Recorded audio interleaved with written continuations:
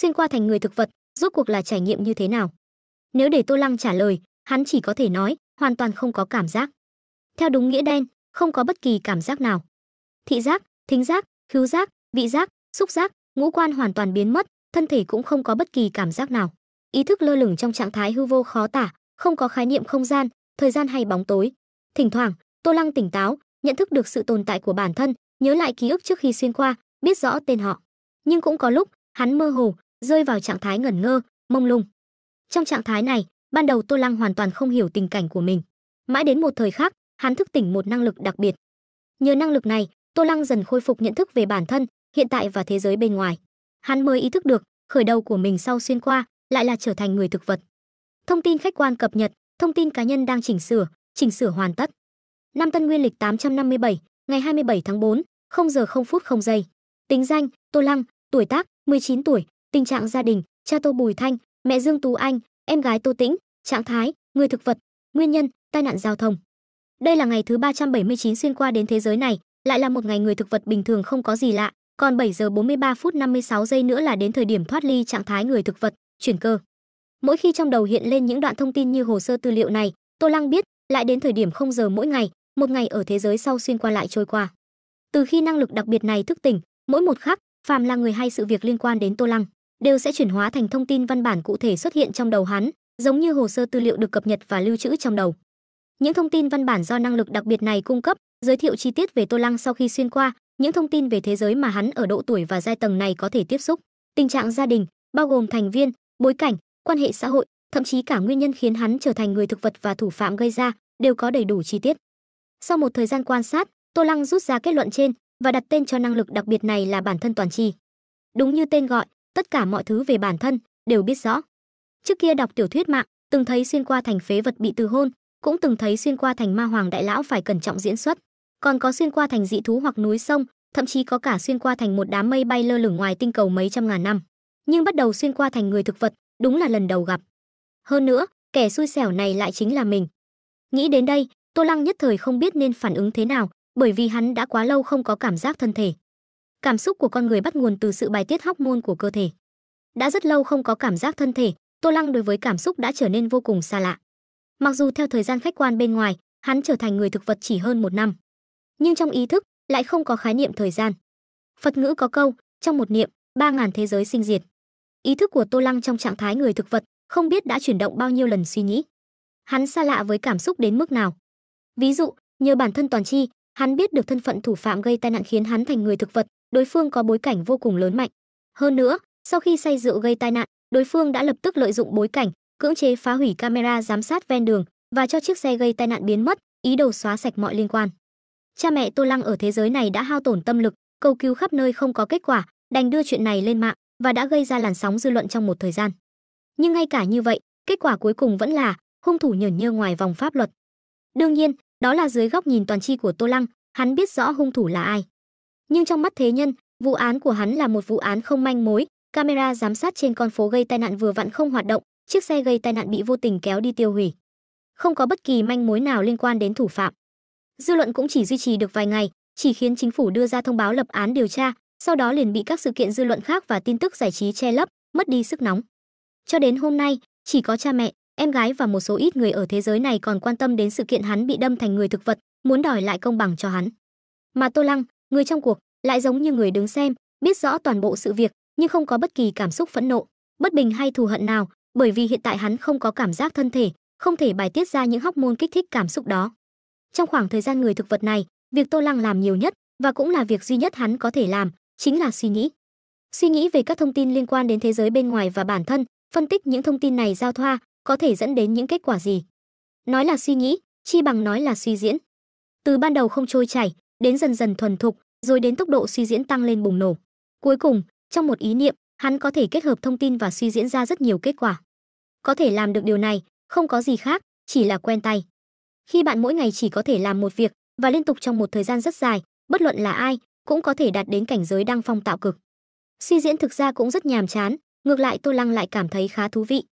Bởi vì mỗi ngày đều có thông tin khách quan mới được cập nhật, suy diễn những thông tin này giao thoa sau các loại tình thế phát triển, giống như chơi một trò chơi và khám phá các kết cục khác nhau. Đương nhiên, nguyên nhân quan trọng nhất vẫn là Đây là việc duy nhất người thực vật Tô Lăng có thể làm. Bất quá, hôm nay có một thông tin khiến Tô Lăng trong ý thức sinh ra một chút hiếu kỳ. Nói chính xác là tò mò. Không có cảm giác thân thể, không bài tiết được hormone cảm xúc, hắn đối với sự vật chỉ có tò mò và hiếu kỳ. Còn hơn 7 giờ nữa là đến chuyển cơ thoát ly trạng thái người thực vật, không biết sẽ là gì. Sau khi thông tin khách quan hôm nay được cập nhật, hắn chỉ còn hơn 7 giờ nữa là đến chuyển cơ thoát ly trạng thái người thực vật. Đối với điều này, hắn không khỏi sinh ra tò mò sâu sắc. Quy tắc thông tin văn bản này đã có từ khi hắn thức tỉnh năng lực bản thân toàn chi, nhưng lúc đó thời gian bắt đầu đếm ngược từ 379 ngày. Ban đầu hắn cũng dâng lên hiếu kỳ, nhưng sau đó ngày qua ngày chờ đợi, sự hiếu kỳ này cũng hao mòn gần hết, mãi cho đến hôm nay, cuối cùng cũng sắp đến, thế là hắn không khỏi lại dâng lên hiếu kỳ. Tuy nhiên, hắn không cứ thế chờ đợi đếm ngược, mà như thường lệ, đem thông tin khách quan mới cập nhật mỗi ngày và các loại thông tin đã biết trước đó tiến hành suy diễn, diễn sinh ra vô số kết quả, sau đó mới nhìn lại đếm ngược. Thời gian từng giây từng phút trôi qua. Rất nhanh, đếm ngược liên quan đến chuyển cơ thoát ly trạng thái người thực vật của Tô Lăng cũng lặng lẽ đi đến hồi kết. Còn 0 giờ 0 phút 3 giây nữa là đến chuyển cơ thoát ly trạng thái người thực vật. Còn 0 giờ 0 phút 2 giây nữa là đến chuyển cơ thoát ly trạng thái người thực vật. Còn 0 giờ 0 phút 1 giây nữa là đến chuyển cơ thoát ly trạng thái người thực vật. Chuyển cơ xuất hiện. Em gái của ngươi, Tô Tĩnh, đã tiêu hết số tiền dành dụm được trong một năm làm thêm, mua mũ trò chơi siêu duy sát. Đây là sản phẩm kết hợp kỹ thuật giả lập và những kiến thức mới nhất về ý thức của nhân loại, do một công ty sản xuất, tuyên bố rằng có thể dùng ý thức của con người để chơi game. Không cần thao tác khác, chỉ cần có ý thức tồn tại, ngay cả khi ngủ vẫn có thể chơi game, giúp mọi người thực sự giải trí mà không ảnh hưởng đến công việc. Em gái của ngươi này ra ý tưởng, chuẩn bị dùng mũ trò chơi siêu duy sát để kết nối ý thức của ngươi, thử xem có thể liên lạc với ngươi trong game, hỏi thăm manh mối về hung thủ đã đâm ngươi thành người thực vật. Trò chơi này tồn tại rất nhiều bí ẩn chưa biết và cũng là chuyển cơ để ngươi thoát ly trạng thái người thực vật, hãy trân trọng. Liên tiếp thông tin đột nhiên xuất hiện trong ý thức Tô Lăng. Không đợi hắn kịp tiêu hóa, sau một khắc, đinh, phát hiện ý thức tồn tại, đang khóa thông tin liên kết ý thức. Khóa hoàn tất. Chào mừng đến với thế giới siêu duy sát. Hả? Trò chơi? Tô Lăng khẽ giật mình, hoàn toàn không ngờ chuyển cơ thoát ly trạng thái người thực vật của hắn lại là một trò chơi. Ở thế giới trước khi xuyên qua, cũng có rất nhiều trò chơi và cũng có cái gọi là kỹ thuật giả lập. Nhưng những trò chơi kỹ thuật giả lập đó, cơ bản đều là khoa trương và đối với trạng thái ý thức của con người, bên kia cũng không có nghiên cứu sâu, không ngờ bên này công nghệ lại cao đến mức này. Trò chơi này và kỹ thuật hẳn là mới xuất hiện gần đây và tính bảo mật rất cao, nếu không trước khi thành người thực vật, ta không thể nào không tiếp xúc được những thông tin này, một khi có thể tiếp xúc, bản thân toàn chi của ta chắc chắn sẽ có phản hồi tương ứng. Ý thức khẽ chuyển động, Tô Lăng liền có suy đoán. Sau đó, hắn không tiếp tục xoắn xuýt vấn đề này, mà phân tích thông tin do bản thân toàn chi cung cấp. Em gái Tô Tĩnh ở thế giới này không có gì phải bàn, em gái ruột, quan tâm anh trai. Tô Lăng hiện tại mặc dù không có cảm xúc, nhưng tam quan của hắn đã hình thành, thế là trong lòng lặng lẽ ghi một khoản, em gái cộng 1. Ghi chép theo kiểu trò chơi, như vậy dễ hiểu hơn. Sau khi ghi chép xong, Tô Lăng tiếp tục phân tích. Trò chơi siêu duy sát này lại có chữ bí ẩn chưa biết, ngay cả bản thân toàn chi của ta cũng không thể biết được sao? Hay là những bí ẩn này trước mắt không liên quan đến ta, nên bản thân toàn chi không thể phản hồi? Ý thức chuyển động, phân tích và suy đoán các khả năng. Sau đó, hắn mới bắt đầu xem xét thông tin mà trò chơi siêu duy sát truyền đến ý thức hắn. Đây là một trò chơi nhập vai, nhưng không phải theo nghĩa truyền thống, mỗi lần chơi, người chơi sẽ trải nghiệm bối cảnh câu chuyện và thiết lập nhân vật khác nhau. Dựa vào mức độ hoàn thiện nhân vật và hoàn thành nhiệm vụ mà người chơi nhập vai, sẽ tiến hành đánh giá tổng thể trò chơi và nhận được phần thưởng và trừng phạt tương ứng. Hiện tại cấp bậc trò chơi từ cao đến thấp lần lượt là cấp S, cấp A, cấp B, cấp C, cấp D, cấp E, cấp F. Phát hiện ý thức thể này lần đầu tiên tham gia trò chơi, phúc lợi tân thủ trải nghiệm sơ khai trò chơi kích hoạt, mời người chơi tự đặt tên trò chơi, sau đó tiến hành lựa chọn độ khó. Trải nghiệm sơ khai trò chơi có thể tự chọn độ khó lần lượt là cấp dễ, cấp thường, cấp khó, cấp ác mộng. Độ khó càng cao, phần thưởng hoặc trừng phạt sau khi hoàn thành càng phong phú. Chú ý, trải nghiệm sơ khai trò chơi chỉ có lần này, sau này sẽ không còn lựa chọn độ khó, trừ khi sử dụng đạo cụ đặc biệt, tất cả đều ngẫu nhiên, mời người chơi lựa chọn cẩn thận. Nhìn từng dòng thông báo trò chơi truyền đến, sau khi xem xong, ý thức Tô Lăng không khỏi lại khẽ giật mình. Mỗi lần chơi sẽ tiến vào bối cảnh câu chuyện khác nhau, ngẫu nhiên vào nhân vật khác nhau, sau đó dựa vào nhân vật đó để nhập vai, hoàn thành nhiệm vụ. Đây không phải là trò chơi kịch bản nhập vai ở thế giới trước của hắn sao? Chỉ có điều, kịch bản nhập vai ở kiếp trước, cho dù bố trí cảnh vật và DM người chủ trì trò chơi có chuyên nghiệp đến đâu, người chơi cũng biết là giả. Hơn nữa không phải ai cũng nhập tâm, khó tránh khỏi trong quá trình chơi sẽ cười đùa, đôi khi sẽ ảnh hưởng đến trải nghiệm trò chơi. Nhưng trò chơi siêu duy sát này, theo ý này, sẽ trực tiếp cho ý thức thể dung nhập vào nhân vật, trải nghiệm trò chơi hẳn là sẽ tốt hơn kịch bản nhập vai rất nhiều. Tô Lăng cũng không chắc chắn, dù sao hắn còn chưa bắt đầu chơi.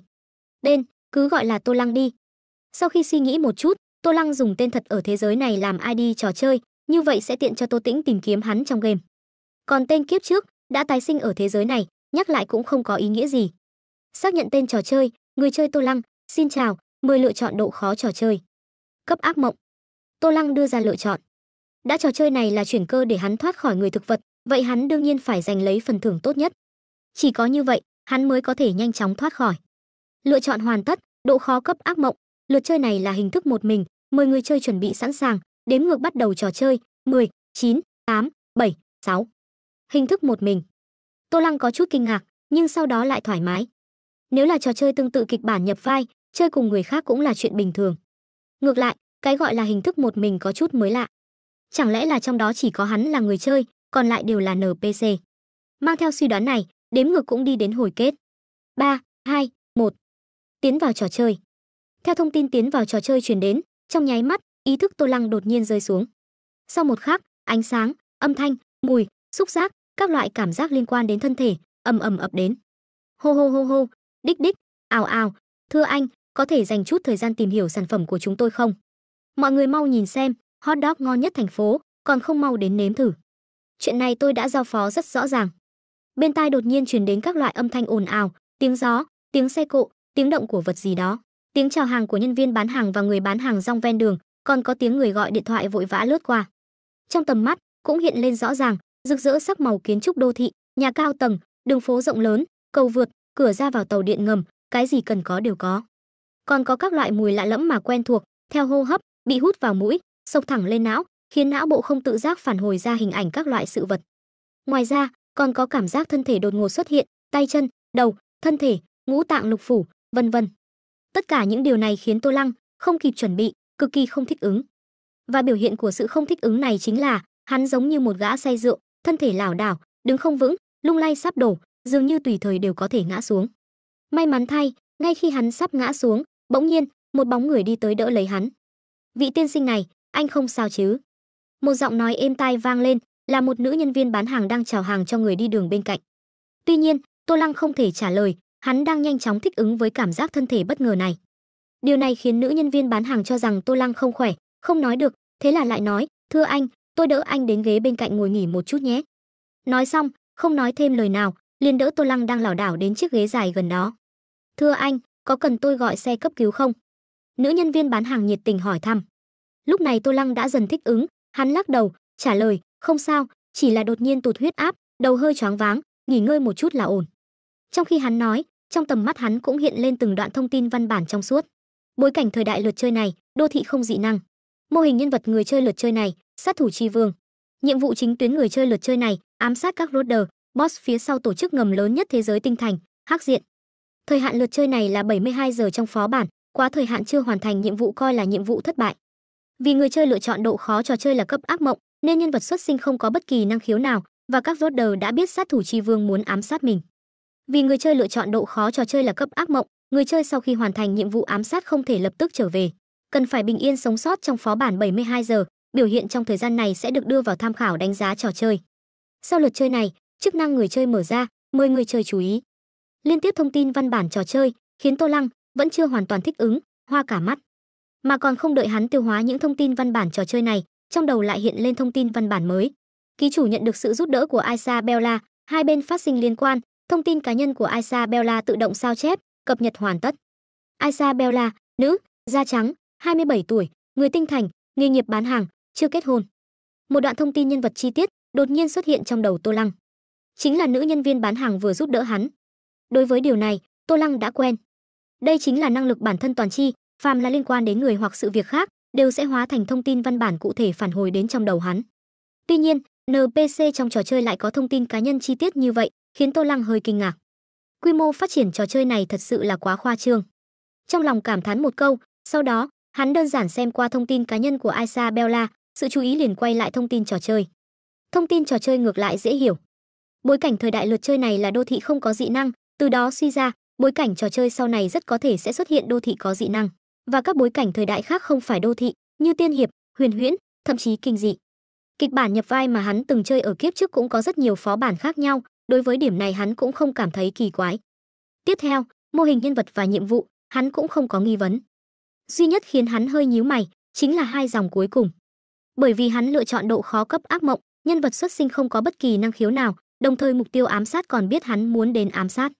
Thêm nữa, cho dù ám sát thành công, cũng phải đợi đủ 72 giờ mới có thể kết thúc trò chơi, điều này khiến độ khó trò chơi tăng lên không biết bao nhiêu lần. Đầu tiên, một người bình thường, trong đô thị rộng lớn, làm thế nào để tìm được các roader, đây chính là một vấn đề lớn. Tiếp theo, cho dù có thể tìm được mục tiêu, nhân vật xuất sinh của hắn không có bất kỳ năng khiếu nào, đừng nói ám sát, e là đến gần cũng khó.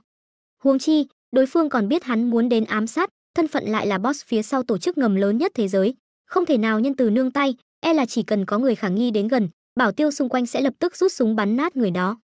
Cuối cùng, cho dù có thể thành công ám sát đối phương, cũng phải ở lại đây đủ 3 ngày, tránh né sự truy sát của tổ chức đối phương, đồng thời, hệ thống trò chơi còn cố ý nhắc nhở sẽ đưa vào tham khảo đánh giá nhiệm vụ, điều này rõ ràng là phá hỏng kế hoạch lưỡng bại câu thương của hắn.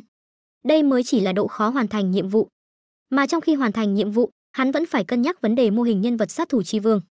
Một tồn tại như thế nào, phong cách hành sự như thế nào mới có thể được xưng là sát thủ chi vương. Dù sao, ban đầu trò chơi đã nói rõ, đánh giá trò chơi dựa vào độ hoàn thành nhiệm vụ và độ hoàn thiện mô hình nhân vật. Không hổ là độ khó cấp ác mộng. Tổng hợp suy nghĩ một lát, Tô Lăng trong lòng cảm thán. Độ khó trò chơi này, đừng nói người bình thường, ngay cả sát thủ chuyên nghiệp đến cũng chưa chắc hoàn thành được nhiệm vụ, chứ đừng nói đến toàn thân trở ra, sau đó tránh né 3 ngày sự truy sát của tổ chức ngầm lớn nhất thế giới. Mà khó khăn nhất là, trong quá trình này, vẫn phải cân nhắc vấn đề mô hình nhân vật có hoàn thiện hay không, phong cách hành sự có phù hợp với mô hình nhân vật hay không. E là John Wick trong John Wick đến cũng phải lắc đầu liên tục, kêu to việc này không làm được. Nhưng may mắn thay, Tô Lăng không phải người bình thường. Sở hữu năng lực bản thân toàn tri, sau khi xem xong những thông tin trò chơi này, trong lòng thuần thục phân tích một phen, liền đã có suy nghĩ bước đầu. Tụt huyết áp, tôi ở đây vừa vặn có một thanh sô cô la. Trong khi Tô Lăng phân tích thông tin trò chơi, sắp xếp suy nghĩ. Bên ngoài, Aisa, nữ nhân viên bán hàng đã đỡ Tô Lăng, nghe Tô Lăng nói bị tụt huyết áp, lập tức lấy ra một thanh sô cô la được đóng gói cẩn thận từ trong túi áo, cẩn thận xé ra đưa cho Tô Lăng, nhanh ăn đi, Tinh Thành, thành phố tràn ngập đồ ngọt này, lại có người bị tụt huyết áp, thật là chuyện hiếm thấy. Tô Lăng không từ chối, hắn nhận lấy thanh sô cô la, mỉm cười nói cảm ơn, sau đó xé bao bì, ăn. Ký chủ nhận được một thanh sô cô la thông thường từ Aisa Bella. Ăn xong sô cô la, Tô Lăng đã quen thuộc với cơ thể hiện tại, đứng dậy, lại nói cảm ơn với Aisa, cảm ơn cô, tôi cảm thấy tốt hơn nhiều. Không sao là tốt rồi. Aisa mỉm cười, không ở lại thêm, vậy tôi đi làm việc đây, nếu anh còn thấy không khỏe, nhớ đến bệnh viện kiểm tra. Dặn dò vài câu, cô ấy liền nhanh chóng rời đi. Tô Lăng nhìn bóng lưng cô ấy rời đi, trong lòng dâng lên một cảm xúc kỳ lạ. Cảm nhận được cảm xúc này, hắn vừa cảm khái, thật sự là rất lâu rồi không cảm nhận được thiện ý từ người lạ. Tinh Thành, tòa nhà ánh sao, tầng cao nhất. Trong văn phòng phong cách tối giản, trước cửa sổ kính chống đạn sát đất to lớn, bày một chiếc bàn làm việc. Trước bàn làm việc, ngồi một người đàn ông trung niên da trắng, mặc vest xanh lam, đeo kính gọng vàng, thân hình cao lớn, khí chất uy nghiêm. Người này không ai khác, chính là các roader, boss phía sau tổ chức ngầm lớn nhất thế giới Hắc Diện. Trước mặt các roader, cách bàn làm việc, một đám người da trắng và da đen, mặc vest đen thống nhất, dáng người tráng kiện, khí chất sắc bén, đang đứng nghiêm chỉnh hai bên, thời khắc cảnh giác đề phòng bất kỳ tình huống đột xuất nào. Tuy nhiên, mặc dù có lực lượng bảo vệ nghiêm ngặt như vậy, nhưng giờ phút này, các roader ngồi trên ghế làm việc vẫn vô cùng nghiêm trọng. Bởi vì không lâu trước đó, gã nhận được tin tức, sát thủ chi vương vô cùng bí ẩn trong thế giới ngầm đã nhận nhiệm vụ ám sát gã. Nguồn tin tức là một phong thư bí ẩn xuất hiện trực tiếp trên bàn làm việc của gã. Cụ thể là ai đặt ở đây, gã cũng không biết. Bởi vì cần rất nhiều sự riêng tư, lắp đặt camera giám sát đơn giản chính là cung cấp bằng chứng cho cảnh sát, do đó, trong văn phòng không có camera giám sát, chỉ có camera ở hành lang bên ngoài. Nhưng gã đã kiểm tra camera hành lang bên ngoài, không có bất kỳ ai đến gần. Một phong thư bí ẩn như vậy, đột ngột xuất hiện ở đây, khiến gã không thể coi thường. Hiện tại, gã đã phái người đi điều tra tính xác thực của chuyện này. Nếu là thật, vậy phiền phức của gã sẽ lớn. Cốc cốc cốc. Trong khi các roader đang suy nghĩ, tiếng gõ cửa đột nhiên vang lên. Toàn bộ văn phòng trong nháy mắt trở nên căng thẳng vì tiếng gõ cửa này. Tất cả bảo tiêu mặc vest đen, nhao nhao vô thức đưa tay vào túi áo vest, đồng thời soạt soạt soạt, tất cả bảo tiêu đều chắn trước mặt các roader. Đối mặt với sát thủ chi vương vô cùng bí ẩn trong thế giới ngầm, không ai dám chủ quan. Không cần căng thẳng như vậy. Giọng các roader đột nhiên vang lên, gã nhìn hình ảnh camera giám sát hành lang bên ngoài trên màn hình máy tính trên bàn làm việc, nói, là Charlie, trợ lý của ta đã phái hắn đi điều tra tính xác thực của chuyện này, xung quanh hắn không có ai. Tuy nhiên, những người ở đây đều là bảo tiêu chuyên nghiệp, không vì vậy mà lơ là. Một người da trắng có vẻ lớn tuổi, giống như đội trưởng bảo tiêu, nói, boss, vị sát thủ chi vương kia vô cùng bí ẩn trong thế giới ngầm. Không ai từng gặp hắn, nghe nói thuật ngụy trang của hắn rất cao minh, có thể ngụy trang thành bất kỳ ai, tốt nhất chúng ta vẫn nên cẩn thận một chút. Các voter nghe xong, nhíu mày, suy nghĩ một lát, gật đầu nói, ngươi nói có lý, vậy các ngươi kiểm tra kỹ một chút. Vâng, thế là hai bảo tiêu trong văn phòng đi ra ngoài, kiểm tra người trợ lý da trắng tên Charlie bên ngoài cửa, vừa bóp mũi, vừa sờ mặt, lại kéo tóc, lục soát người, sau khi xác nhận đối phương không phải giả mạo, mới cho vào. Charlie, thế nào? Charlie được cho vào, các voter mang chút bất an hỏi. Charlie bị kiểm tra đến mức mũi, tóc, mặt đau nhức, sau khi nghe không lo được đau đớn trên mặt, vẻ mặt ngưng trọng gật đầu nói, boss, sau khi điều tra, xác thực có người khởi xướng nhiệm vụ ám sát ngài, và vị sát thủ chi vương kia đã để lại dấu ấn, nhận nhiệm vụ này. Lời vừa nói ra, tất cả mọi người trong văn phòng đều chấn động. Im lặng bao trùm văn phòng một lúc lâu. Các voter, sau một hồi biến đổi sắc mặt, cuối cùng cũng phá vỡ sự im lặng, nhanh chóng ra lệnh, Charlie, lập tức gọi người mang chiếc xe quân dụng chống đạn, chống cháy nổ của ta đến đây. Bao, ngươi lập tức kiểm tra danh tính tất cả mọi người trong tòa nhà ánh sao, phong tỏa 5 tầng cao nhất, không cho phép bất kỳ kẻ lạ mặt nào vào. Còn nữa, lập tức lệnh cho trực thăng trên sân thượng sẵn sàng chờ lệnh. Tìm người liên hệ với phường sát thủ, bảo họ giúp liên lạc với vị sát thủ chi vương kia để đàm phán, nếu không đàm phán được hoặc không liên lạc được, lập tức treo thưởng 100 triệu trên phường sát thủ, không phân biệt nhiệm vụ, chỉ cần ai có thể xử lý vị sát thủ chi vương kia, bất luận là ai, 100 triệu này đều thuộc về hắn. Ngoài ra, sắp xếp người đến khu biệt thự an toàn của ta ở rừng Iara, ngoại ô phía tây tinh thành, chuẩn bị sẵn sàng, đợi chiếc xe quân dụng chống đạn, chống cháy nổ của ta đến, chúng ta lập tức đi. Không hổ danh là boss phía sau tổ chức ngầm lớn nhất thế giới hắc diện. Mặc dù biết vị sát thủ chi vương thần bí, chưa từng thất bại kia, muốn đến ám sát mình, nhưng các voter cũng không quá mức hoảng loạn, vẫn bình tĩnh sắp xếp từng việc. Khí chàng mạnh mẽ lập tức trấn an trợ lý và các bảo tiêu ở đây. Vâng. Trợ lý Charlie và đội trưởng bảo tiêu Paul đồng thanh đáp, sau đó làm theo mệnh lệnh của các voter. Rất nhanh, trong văn phòng chỉ còn các voter và 8 tên bảo tiêu tinh nhuệ. Boss, ngài có muốn đổi chỗ không? Ngồi cạnh cửa sổ quá nguy hiểm. Một tên bảo tiêu tinh nhuệ nhìn các voter ngồi trước cửa sổ, lên tiếng. Các voter nhìn hắn, nói, cửa sổ sát đất phía sau ta là vật liệu quân dụng chống đạn, chống cháy nổ, cho dù là đạn pháo tên lửa cũng không thể phá hủy. Huống chi tòa nhà ánh sao là tòa nhà cao nhất tinh thành, các tòa nhà xung quanh cho dù là độ cao hay khoảng cách đều rất xa nơi này, vượt quá tầm bắn của vũ khí cá nhân hiện đại. Trừ khi sử dụng máy bay chiến đấu dùng tên lửa oanh tạc, nếu không tuyệt đối không thể gây tổn thương cho ta. Nghe các voter nói, tên bảo tiêu tinh nhuệ kia thầm tặc lưỡi, cũng không nói thêm gì. Tuy nhiên, các voter nói xong, lại chuyển giọng, nhưng ngươi nói đúng, vị sát thủ chi vương kia vô cùng bí ẩn, không ai biết thủ đoạn ám sát của hắn, vẫn nên cẩn thận thì hơn. Nói xong, các voter liền rời khỏi vị trí trước cửa sổ, đi đến ghế sofa trong văn phòng, đồng thời ra lệnh kéo rèm cửa sổ sát đất lại, có thể nói là vô cùng cẩn thận. Sau khi làm xong tất cả những điều này, các voter ngồi trên ghế sofa, 8 tên bảo tiêu tinh nhuệ đứng bốn phía, bảo vệ xung quanh gã. Gã nheo mắt, vẻ mặt lạnh lẽo. Phong tỏa 5 tầng cao nhất của tòa nhà, trực tiếp ngăn cách với bên ngoài, lại có đội ngũ bảo tiêu đẳng cấp thế giới, trên sân thượng còn có trực thăng tùy thời chờ lệnh. Đợi chiếc xe chống đạn, chống cháy nổ đến, trừ khi là đạn xuyên giáp quân dụng, nếu không bất kỳ vũ khí cá nhân hiện đại nào đều không thể phá vỡ. Mà khu biệt thự an toàn của gã ở ngoại ô phía tây tinh thành càng được xây dựng theo tiêu chuẩn căn cứ quân sự, có nguồn vật tư và tài nguyên giải trí phong phú, đảm bảo 10 năm không lo ăn uống, hơn nữa còn sâu đến hơn 100 mét dưới lòng đất. Chỉ cần gã vào trong đó, cho dù là tên lửa, thậm chí bom hạt nhân, đều không thể gây tổn thương cho gã.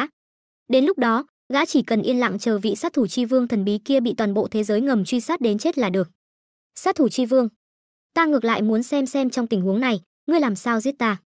Các voter thầm nghĩ trong lòng. Rất nhanh, Charlie và Paul đã làm theo mệnh lệnh của gã, phong tỏa 5 tầng cao nhất của tòa nhà ánh sao, lệnh cho trực thăng trên sân thượng luôn trong tư thế sẵn sàng, đồng thời cho người lái chiếc xe chống đạn, chống cháy nổ được chế tạo tốn kém của gã đến đây. Tuy nhiên, việc chuẩn bị khu biệt thự an toàn cần chút thời gian. Dù sao, trước tiên phải đến đó, sau đó còn phải kiểm tra toàn diện các thiết bị của khu biệt thự và kiểm tra xung quanh để tránh có người mai phục, rất tốn thời gian. Đại khái cần bao lâu? Các voter nghe báo cáo xong, hỏi trợ lý Charlie. Charlie tính toán trong lòng, cắn răng trả lời, nhanh nhất cũng phải tối mai. Thực ra bình thường phải mất ít nhất 3 ngày trở lên mới có thể làm xong những việc này. Nhưng tình huống hiện tại khẩn cấp, đối mặt với sát thủ chi vương bí ẩn, Charlie không thể không rút ngắn thời gian. Các voter nghe xong, im lặng một lát, sau đó lạnh nhạt nói, tốt, vậy tối mai xuất phát. Lời nói của các voter lập tức khiến đội trưởng bảo tiêu Paul nhíu mày, nói, boss, ban đêm ánh sáng không rõ. Đến lúc đó vị sát thủ chi vương kia ở trong tối, chúng ta ở ngoài sáng, e rằng sẽ rất bất lợi cho chúng ta. Vậy Paul, ý của ngươi là? Các voter nhìn Paul. Paul trả lời, chi bằng chúng ta xuất phát vào ngày kia. Đến lúc đó ánh sáng rõ ràng, hơn nữa ban ngày đông người, nếu vị sát thủ chi vương kia dám động thủ, chúng ta cũng có nhiều yểm trợ. Mặt khác, đến lúc đó hắn động thủ gây ra động tĩnh lớn, phía chính phủ cũng sẽ không ngồi yên, chắc chắn sẽ ngăn cản và truy bắt hắn, áp lực hắn phải đối mặt sẽ tăng lên rất nhiều, sự chú ý đến chúng ta sẽ giảm bớt. Nghe Paul phân tích, các voter gật đầu, cảm thấy rất có lý. Thế là, gã chốt lại, tốt, vậy trưa ngày kia, thời điểm người dân Tinh Thành ra ngoài đông nhất, chúng ta sẽ xuất phát. Đến đây, kế hoạch rút lui cuối cùng cũng được quyết định. Tinh Thành, một quán cà phê. Tô Lăng ngồi cạnh cửa sổ, vừa tắm nắng, vừa nhàn nhã uống cà phê mua trong tiệm. Mà trong đầu hắn, theo thời gian trôi qua, không ngừng hiện lên từng đoạn thông tin văn bản. Các voter cuối cùng quyết định vào trưa ngày kia, thời điểm mọi người ra ngoài đông đúc nhất, náo nhiệt nhất ở Tinh Thành, sẽ rời khỏi Tinh Thành bằng chiếc xe chống đạn, chống cháy nổ chuyên dụng được chế tạo tốn kém, đi đến khu biệt thự an toàn có đủ vật tư và giải trí cung ứng cho 10 năm, đồng thời khó bị phá hủy bởi bom hạt nhân để tránh nguy hiểm. Theo dòng thông tin văn bản cuối cùng hiện ra, không còn thông tin văn bản nào nữa, Tô Lăng không khỏi lại cảm thán, xe quân dụng chống đạn, chống cháy nổ và khu biệt thự an toàn cấp căn cứ quân sự, là phái cả một đội quân đến cũng khó có thể hoàn thành nhiệm vụ, chứ đừng nói đến người bình thường, không hổ là độ khó cấp ác mộng. Sau khi thích ứng với cảm giác của các giác quan trên cơ thể, Tô Lăng đầu tiên tìm một chiếc gương, soi qua dung mạo của mình. Trong lượt trò chơi này, bề ngoài của hắn rất bình thường, một thanh niên châu Á có dáng dấp và chiều cao cực kỳ phổ thông, ném vào đám đông căn bản không ai chú ý. Toàn bộ tài sản trên người cũng chỉ có mấy trăm tinh nguyên, ở Tinh Thành cũng chỉ đủ chi trả cho một tuần ăn ở. Ngoài ra, không có gì đặc biệt. Sau khi xác nhận diện mạo, Tô Lăng tìm một quán cà phê ngồi xuống, sau đó lặng lẽ chờ đợi. Độ khó cấp ác mộng đối với người bình thường mà nói thực sự kinh khủng, nhưng đối với hắn mà nói, không phải tất cả đều là bất lợi. Ít nhất, khi các voter biết hắn, vị sát thủ chi vương này sẽ đến giết mình, hai bên coi như đã thiết lập liên hệ. Như vậy, những chuẩn bị mà đối phương thực hiện sau khi biết sát thủ chi vương sẽ đến giết mình, sẽ được bản thân toàn chi phản hồi, để Tô Lăng biết được. Kết quả cũng đúng như vậy. Chỉ cần ngồi đây uống cà phê một lúc, vị trí hiện tại của các voter và những chuẩn bị đối phó với ám sát của sát thủ chi vương sẽ lần lượt được bản thân toàn chi phản hồi đến trong đầu Tô Lăng. Tuy nhiên, cho dù biết vị trí và chuẩn bị của các voter, với tình hình của Tô Lăng, muốn ám sát đối phương gần như là không thể. Không có vũ khí, cũng không có kỹ thuật sử dụng vũ khí, càng không có thân thủ mạnh mẽ. Nói trắng ra, cơ thể này của hắn chỉ là người bình thường, với trạng thái này đi ám sát, chẳng khác nào tự sát. Bởi vậy, sau khi xem hết những chuẩn bị của các voter, Tô Lăng lại ngồi trong quán cà phê một lúc, nhắm mắt trầm tư, sau đó mới rời khỏi quán cà phê. Rời khỏi quán cà phê, Tô Lăng gọi một chiếc taxi, đi đến khu vực phía tây Tinh Thành. Ngày kia, đội xe rút lui của các voter sẽ đi qua đây, muốn lấy thân thể người thường ám sát gã, được trang bị đầy đủ vũ khí, thủ đoạn thông thường không thể làm được, nhất định phải tìm cách khác. Từ trên taxi xuống, đứng trên đường, nhìn hoàn cảnh khu vực phía tây, tâm niệm Tô Lăng khẽ chuyển động, sau đó bắt đầu hành động. Chỉ thấy hắn giống như một người hàng xóm nhiệt tình, mua từng hộp đồ ngọt, hamburger, cà phê, bia, sau đó bắt đầu bắt chuyện nhiệt tình với mọi người ở khu vực phía tây. Trước đồ ăn, cà phê và bia miễn phí, mọi người cũng không từ chối nói chuyện phiếm vài câu với Tô Lăng.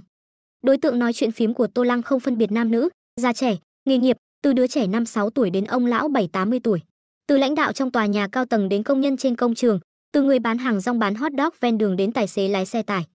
Càng có những kẻ trông như dân anh chị, và cả những cảnh sát trưởng mặc đồng phục, lái xe cảnh sát, đủ các loại người. Hắn cũng không nói chuyện gì nhạy cảm, cũng không dò hỏi ai hay việc gì, chỉ là tìm chuyện để nói chuyện phiếm một lát rồi đi, khiến người ta căn bản không có ấn tượng gì. Mà trên thực tế, thông qua bắt chuyện và từng người ở khu vực phía tây này có gặp gỡ, trong đầu Tô Lăng trong nháy mắt thu được lượng lớn thông tin cá nhân. Một ngày thời gian cứ như vậy trôi qua trong việc đi dạo và nói chuyện phiếm. Mấy trăm tinh nguyên trên người Tô Lăng cũng vì mua đồ ăn thức uống mà tiêu đến chỉ còn chưa đến 200. Rất nhanh, màn đêm buông xuống. Tô Lăng tùy tiện tìm một nhà nghỉ ven đường ở khu vực phía tây để ở lại.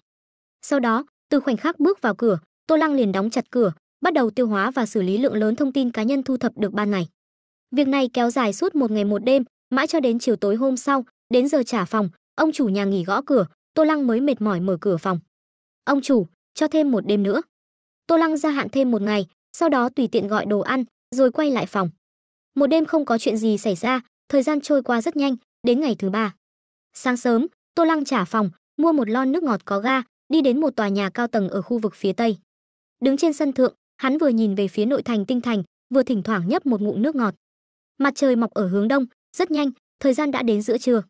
Khu vực phía tây dần trở nên náo nhiệt, cửa hàng buôn bán, nhà hàng bắt đầu bán đồ ăn, dân văn phòng xếp hàng mua cà phê ở quán cà phê, công nhân trên công trường bắt đầu thi công. Trên đường, bóng dáng mọi người dần xuất hiện, thành phố này chào đón một ngày phồn hoa náo nhiệt nhất. Đúng lúc này, Từ hướng nội thành, một đội xe không giống bình thường chạy đến. Trước sau có 2 chiếc, tổng cộng 4 chiếc xe con màu đen, bao vây một chiếc xe con màu đen khác, rõ ràng cao lớn và dày hơn những chiếc xe xung quanh, phảng phất như được bọc một lớp thép, cùng nhau chạy theo con đường ra khỏi thành, tốc độ không nhanh không chậm. Đội xe này vừa xuất hiện, lập tức thu hút sự chú ý của mọi người ở khu vực phía tây. Vẻ ngoài bọc thép khiến không ít người trẻ tuổi không ngừng hét lên kinh ngạc. Tuy nhiên, đa số mọi người vẫn bình thản tiếp tục cuộc sống của mình, vội vã trước khi xuất phát. Tô Lăng đứng trên sân thượng, nhìn đội xe chạy đến từ nội thành dưới đường phố, vẻ mặt bình thản, không hề có chút bối rối nào khi đội xe đi qua đây, hắn sẽ mất đi cơ hội ám sát, nhiệm vụ sẽ thất bại. Chỉ thấy hắn cứ như vậy bình thản nhìn đội xe, tùy ý đội xe không ngừng tiến gần đến vị trí của hắn. Khi đội xe đi vào vị trí lý tưởng trong lòng hắn, chỉ thấy hắn từ từ đưa cánh tay đang cầm lon nước ngọt đã uống một nửa ra ngoài lan can sân thượng, sau đó nhẹ nhàng buông lỏng, vút, lon nước ngọt trong nháy mắt rơi xuống. Chỉ trong khoảnh khắc, liền bốp một tiếng, nước ngọt có ga bên trong cộng với lực rơi và kết cấu của lon nước, ba điều kiện kết hợp, trong nháy mắt tạo ra tiếng vang lớn. Mà trùng hợp là, lon nước ngọt này lại rơi trúng bên cạnh một công nhân đang thi công, lập tức khiến người công nhân này giật mình, liên tục lùi về phía sau. Anh ta lùi lại, lập tức va vào một nữ lãnh đạo đang chuẩn bị đi làm sau giờ nghỉ trưa, nữ lãnh đạo thấy vậy, vội vàng tránh sang một bên. Nhưng đúng lúc này, một thanh niên da trắng giao pizza bằng xe máy điện, vừa vặn đi qua đây, nữ lãnh đạo đột nhiên lao đến trước mặt, lập tức khiến anh ta sợ hãi hét lớn tránh ra, đồng thời tay lái xe máy điện bắt đầu vung loạn, thân xe cũng bắt đầu chao đảo. Cuối cùng, để tránh đâm vào nữ lãnh đạo, thanh niên giao pizza đánh lái xe máy điện lên đường lớn. Tuy nhiên, hành vi đột ngột lao ra đường của anh ta khiến một chiếc xe con vừa vặn chạy đến đoạn đường này, trong nháy mắt két một tiếng, lốp xe phát ra âm thanh chói tai, phanh gấp. Việc phanh gấp đột ngột này khiến những chiếc xe phía sau cũng không thể không phanh gấp. Nhưng phía sau những chiếc xe này còn có một chiếc xe tải chở hàng chục tấn hàng hóa, quán tính to lớn của hàng chục tấn hàng hóa, phanh gấp căn bản không dừng lại được. Nhìn phía trước 7-8 chiếc xe con, ít nhất 10 mạng người, tài xế xe tải căn bản không dám phanh lại, vô thức liền đánh lái, chuyển đầu xe sang làn đường bên cạnh. Nhưng việc chuyển hướng bất ngờ lập tức khiến quán tính của hàng chục tấn hàng hóa phía sau mất cân bằng, với tốc độ mắt thường có thể thấy, phá vỡ hàng rào giữa làn đường, bắt đầu lật nghiêng. May mắn thay, ở làn đường ngược chiều bên cạnh, đội xe của các roader và những người khác vừa lúc chạy đến đây. Các roader, trợ lý của gã và một đám bảo tiêu ngồi trong xe chỉ có thể kinh ngạc, hoảng sợ nhìn thùng xe tải chở hàng chục tấn hàng hóa lật nghiêng về phía làn đường của họ. Rầm, rầm, liên tiếp 2 tiếng va chạm vang lên. Lúc này, bất luận là nhãn hiệu gì, cấp bậc gì của xe con, trước con quái vật khổng lồ chở 5-60 tấn hàng hóa, đều giống như châu chấu đá xe. 2 chiếc xe con màu đen chắn trước chiếc xe chống đạn, chống cháy nổ của các roader, khi chạm vào thùng xe tải lớn, vẫn còn di chuyển nhẹ, trong nháy mắt liền bị đâm biến dạng, và theo tiếng lốp xe không ngừng phát ra tiếng két két ma sát chói tai, trượt ngược về phía sau. Mà 2 chiếc xe con phía trước này còn làm tăng thêm tác dụng lật nghiêng của thùng xe tải, khiến thân xe tải có chướng ngại vật phía dưới, tăng tốc độ lật nghiêng, đến khi đến giữa chiếc xe chống đạn, chống cháy nổ của các roader, thùng xe tải và hàng chục tấn hàng hóa vừa vặn ầm ầm đổ xuống. Ầm, một tiếng vang lớn, chiếc xe tải lớn hoàn toàn lật đổ. Xe chống đạn, chống cháy nổ của các roader không hổ là công nghệ quân dụng.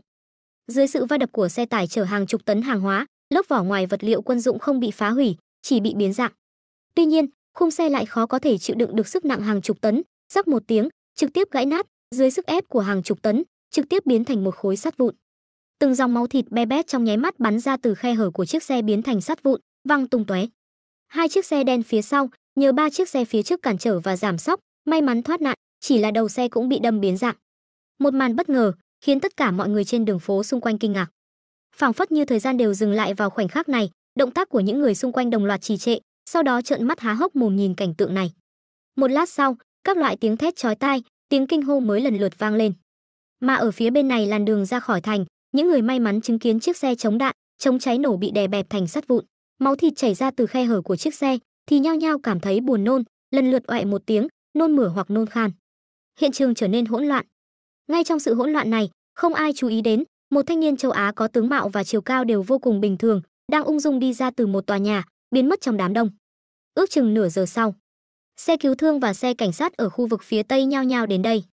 Xe cứu thương đưa những người bị thương còn sống đi, nhân viên cảnh sát khống chế tài xế xe tải và phong tỏa hiện trường. Sau đó hơn 20 phút nữa, cảnh sát trưởng tổng cục cảnh sát Tinh Thành, John Jack cũng lái xe đến đây. Mở cửa xe, xuống xe, vị trung niên da trắng này đã ngoài 50 tuổi nhưng vẫn cường tráng, tướng mạo vẫn còn chút tuấn tú, mặc thường phục đi vào hiện trường. Trưởng phòng cảnh sát khu vực phía tây, George, nhìn thấy John Jack, lập tức tiến lên đón. Người chết xác định là các roader. John Jack nhướng mày hỏi. Trưởng phòng George gật đầu, Trả lời, xác định, xe chống đạn, chống cháy nổ và mẫu DNA máu chảy ra từ bên trong đều đã tìm thấy số liệu trùng khớp trong kho máu. Nghe trưởng phòng George nói, John Jack lúc này mới nhíu mày, thế giới ngầm mới truyền ra tin sát thủ Chi Vương nhận nhiệm vụ ám sát các Rhodes mấy ngày. Tên các Rhodes này mấy ngày nay cũng làm đủ các loại chuẩn bị, hôm nay hẳn là muốn rời khỏi tinh thành, đi đến khu biệt thự an toàn ở ngoại ô phía tây của gã, kết quả lại gặp tai nạn như vậy, đã điều tra tài xế xe tải chưa? Câu cuối cùng là đang hỏi trưởng phòng George. Trưởng phòng George nhíu mày trả lời, đã điều tra, người tài xế này chỉ có tiền án là hút cần sa một thời gian khi còn trẻ và bị bắt vài lần vì mua dâm, không có quan hệ sâu sắc với thế giới ngầm, có vẻ chỉ là một người bình thường. Hơn nữa, người tài xế này đã làm nghề nghiệp hiện tại khoảng 10 năm, có 3 đứa con, mặc dù cuộc sống vất vả, nhưng không có nợ nần lớn, tài khoản ngân hàng gần đây cũng không có nhận được bất kỳ khoản tiền nào, không có đủ động cơ gây án. Mặt khác, theo điều tra, nguyên nhân dẫn đến sự việc này là một nhân viên giao đồ ăn đột nhiên lái xe máy điện ra đường, khiến xe cộ trên đường phanh gấp, tài xế biết không dừng lại được, vô thức đổi làn đường, lúc này mới cuối cùng gây ra tai nạn. Và tôi cũng đã hỏi nhân viên giao đồ ăn kia, anh ta nói mình là vì tránh một người phụ nữ đột nhiên chặn trước mặt, nhưng người phụ nữ kia lại nói cô ấy là vì tránh một công nhân công trường đột nhiên lùi lại. Còn công nhân công trường kia, anh ta nói rằng có vật gì đó đột nhiên rơi từ trên lầu xuống, đập vào trước mặt anh ta, khiến anh ta sợ hãi. 3 người, nếu không phải chuyện này thì không hề quen biết nhau. Mặt khác, tòa nhà kia tôi cũng đã đến xem, nhưng vì tòa nhà đó đang thi công, hệ thống điện trong tòa nhà bị ngắt, chỉ có hệ thống điện thi công bên ngoài, camera giám sát bên trong cũng ngừng hoạt động, tạm thời không tra được ai đã lên đó, nhưng là chuyện này tôi cảm thấy. Nói đến cuối cùng, giọng điệu của trưởng phòng George trở nên do dự, nói được nửa câu thì dừng lại. Anh muốn nói đây là một tai nạn vô cùng trùng hợp. John Jack giúp George nói ra những lời chưa nói xong. Trưởng phòng George nghe xong, gật đầu. Nếu đây không phải là tai nạn, thì trên đời này không có tai nạn. John Jack sau khi nghe xong, thực ra trong lòng cũng cảm thấy đây là một tai nạn, nhưng vì thân phận bí mật của các Rhodes, lại thêm nhiệm vụ ám sát các Rhodes của sát thủ Chi Vương trong thế giới ngầm. Với kinh nghiệm hơn 20, gần 30 năm hành nghề, trực giác lại cảm thấy vụ tai nạn xe cộ này rất có thể không phải tai nạn. Có chút xoắn xuýt, lại hỏi trưởng phòng George, đã tra rõ vật rơi từ trên lầu xuống là gì chưa? Là một lon nước ngọt đã uống một nửa, trời nóng như vậy, nước ngọt đã bị bốc hơi hết trước khi chúng ta đến. Chỉ thu thập được mảnh vỡ lon nước nổ tung, tôi đã cho người mang đi kiểm tra, xem có lưu lại vân tay và DNA không. Trưởng phòng George trả lời, Nghe trưởng phòng George làm việc cẩn thận, John Jack, vị cảnh sát trưởng tổng cục này, gật đầu, vậy thì chờ kết quả thôi. Sau đó, là một số công việc điều tra, khám nghiệm hiện trường. Những việc này chỉ cần giao cho nhân viên cảnh sát và chuyên gia khám nghiệm hiện trường là được. Đến đây, việc xử lý của cảnh sát đối với nơi này coi như kết thúc. John Jack và trưởng phòng George nhanh chóng rời khỏi hiện trường. Dù sao, thành phố tinh thành lớn như vậy, không chỉ có vụ án này cần họ xử lý. Tuy nhiên, họ không biết rằng toàn bộ quá trình họ đến đây và những cuộc trò chuyện, cách xử lý đều lọt vào mắt và trong đầu của một thanh niên châu Á ngồi cạnh cửa sổ trong một quán cà phê cách hiện trường không xa. Thanh niên châu Á này không ai khác, chính là Tô Lăng. Hắn rời khỏi tòa nhà cao tầng, không đi xa, mà đến quán cà phê này, gọi một ly nước, vừa uống vừa xem náo nhiệt. Tâm lý học tội phạm ở thế giới kiếp trước từng giảng, tội phạm sau khi thực hiện hành vi phạm tội, rất có khả năng sẽ quay lại hiện trường quan sát. Tô Lăng dùng hành động của bản thân để tự mình nghiệm chứng tính chính xác của lý thuyết này. Chỉ có điều, hắn không phải quay lại, mà là chưa từng rời đi. Còn về cái chết của các Rhodes, đương nhiên không thể nào là tai nạn, chính là do hắn gây ra. Trong tình huống không có bất kỳ năng khiếu hay kỹ năng đặc biệt nào, không có vũ khí, thậm chí thể chất còn thuộc dạng yếu kém so với mặt bằng chung ở thế giới này. Muốn ám sát các Rhodes bằng thủ đoạn thông thường, xác suất thành công của Tô Lăng cơ bản là con số 0. Độ khó cấp ác mộng quả thực đúng như tên gọi, đừng nói là người bình thường, ngay cả sát thủ chuyên nghiệp, quân nhân, thậm chí là cả một đội quân vũ trang cũng khó lòng hoàn thành nhiệm vụ ám sát các Rhodes. Chưa kể còn phải quan tâm đến mô hình nhân vật mà trò chơi đưa ra. Nhưng năng lực bản thân toàn chi mà Tô Lăng thức tỉnh đã giúp hắn làm được điều đó. Vụ tai nạn xe cộ nhìn như ngẫu nhiên, trên thực tế là kết quả của việc Tô Lăng thu thập thông tin về hầu hết mọi người ở khu vực phía Tây, đặc biệt là khu vực xảy ra tai nạn. Trong một ngày, sau đó dành cả một ngày để sàng lọc nghề nghiệp, quy luật sinh hoạt và kế hoạch trong ngày thứ 3 của họ, rồi tiến hành suy diễn từ vô số khả năng, cuối cùng đưa ra kết quả. Khối lượng công việc khổng lồ, cho dù Tô Lăng đã thuần thục suy diễn đến mức thượng thừa, cũng tốn không ít thời gian, khiến tinh thần và ý thức mệt mỏi mới hoàn thành. Tuy nhiên, kết quả quả thực không làm hắn thất vọng. Sự việc ngẫu nhiên, khi bạn có thể kiểm soát quy luật phát triển của tất cả mọi người hoặc vật trong phạm vi nhất định, thì có thể thông qua hành vi đơn giản, không đáng chú ý, dẫn dắt đến ngẫu nhiên mà bạn mong muốn. Nghe có vẻ hoang đường, nhưng thực chất lại là một chuỗi sự kiện móc nối, logic vô cùng chặt chẽ. Tuy nhiên, loại việc này cũng có một nhược điểm chí mạng, đó là không thể có một chút biến số không xác định nào. Nói đơn giản, nó chỉ phù hợp với bối cảnh đô thị không có dị năng như hiện tại, Một khi liên quan đến dị năng, huyền huyễn, tiên hiệp, thần bí thì biến số không xác định cơ bản là không thể áp dụng. Thử nghĩ, nếu các Roder có năng lực siêu nhân thì tai nạn mà hắn dàn dựng sẽ hoàn toàn không thể gây ra bất kỳ tổn thương nào cho đối phương. Thậm chí đối phương còn chưa đến gần, đã có thể dùng siêu thị lực nhìn thấy hắn đang uống nước ngọt trên sân thượng, sau đó tấn công chớp nhoáng. Đây chính là biến số không xác định. Nói ngắn gọn, loại năng lực này chỉ có thể sử dụng trong thế giới không có bất kỳ năng lực siêu phàm nào. Đương nhiên, nếu thực sự đến bối cảnh có năng lực siêu phàm, Tô Lăng tuy không thể sử dụng loại năng lực này, nhưng cũng có thể dựa vào năng lực bản thân toàn chi để chiếm tiên cơ và tài nguyên, ngược lại cũng không cần quá lo lắng. Suy nghĩ lan man một lúc, Tô Lăng nhanh chóng quay lại thực tại. Nhìn đám đông dần tản đi bên ngoài cửa sổ, còn có nhân viên cảnh sát đang xử lý những chiếc xe, Tô Lăng cũng uống xong ngụm nước ngọt cuối cùng, sau đó rời khỏi quán cà phê. Cuộc trò chuyện và bố trí của John Jack và trưởng phòng George, vì liên quan đến việc điều tra hắn, tự nhiên cũng sẽ phát sinh liên hệ, sau đó mọi động tĩnh đều rõ ràng xuất hiện trong đầu hắn. Đối với việc lon nước ngọt, Tô Lăng không hề để tâm. Hắn đã có thể dàn dựng ra tai nạn này, thì làm sao có thể để lại vết tích rõ ràng như vậy. Lon nước ngọt đó đã được hắn xử lý, đồng thời còn để lại một chút bất ngờ trong đó. Cảnh sát kiểm tra xong chỉ phát hiện ra bất ngờ hắn để lại, không thể phát hiện ra hắn. Sát thủ chuyên nghiệp nên là nghề nghiệp kín tiếng, sợ người ngoài biết đến sự tồn tại của mình. Loại sát thủ phô trương khiến cả thế giới biết đến thân phận, tuyệt đối không sống được lâu, hơn nữa cuộc sống cũng sẽ không tốt đẹp. Công việc và cuộc sống của sát thủ nên tách biệt, một khi lẫn lộn, đem cả hai trộn lẫn vào nhau, trong cuộc sống luôn bị kẻ thù trong bóng tối nhớ thương báo thù, làm sao có thể sống tốt. Mà sát thủ chi vương càng là vương giả trong những tồn tại như vậy. Không ai biết thân phận, cũng không ai biết tướng mạo, thủ pháp giết người cũng hoàn toàn không bại lộ bản thân, nhưng lại có thể khiến người ta biết đây là do hắn làm. Đây mới là sát thủ chi vương trong hiểu biết của ta. Trên đường phố phía Tây Tinh Thành, Tô Lăng hòa mình vào dòng người, không có một chút gì nổi bật, đáng chú ý. Hắn cứ như vậy dạo bước trên đường phố Tinh Thành, tò mò quan sát thành phố giả lập tên là Tinh Thành này. Thời gian từng giây từng phút trôi qua.